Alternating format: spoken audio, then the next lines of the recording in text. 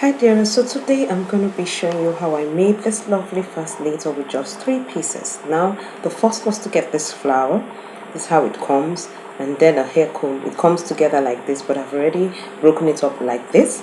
Okay, so what you need to do is take the hair comb. Now it has 2 parts, this side here and this other side, but this is where you're going to put the glue, on that side. So I'm going to put my electric glue gun and stick it like this. I'm just showing you this because I'd already made the hair comb before I decided, the piece rather, before I decided to do a video on it. So this is it, the orange piece. Actually wore it on the cloth, you can see in the screen. So the next thing I did was to take this orange feathers, this long fluffy feathers. I cut out the rope that is used to hold all the fluffy feathers, like so. Just the one that was standing out I cut.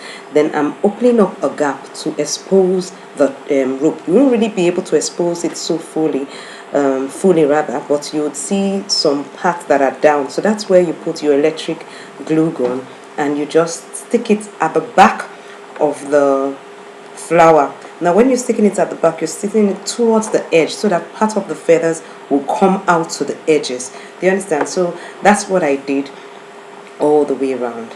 Okay, I actually wanted to show you the picture of me wearing it with this gown and that gown, but I don't know why I took the picture and I don't know why I didn't just let it show.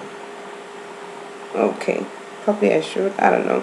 Okay, so I'm at the last piece. Let's get back to the video. I'm at the last piece, and you cut. I've already, it's not all the feathers I used, it's just one roll round that I did. So now I'm clipping it together like so. Okay, so that's how it's looking, already looking full. So I took a comb and I brushed it all out, and that's how to make a quick hair fascinator that you can pose with,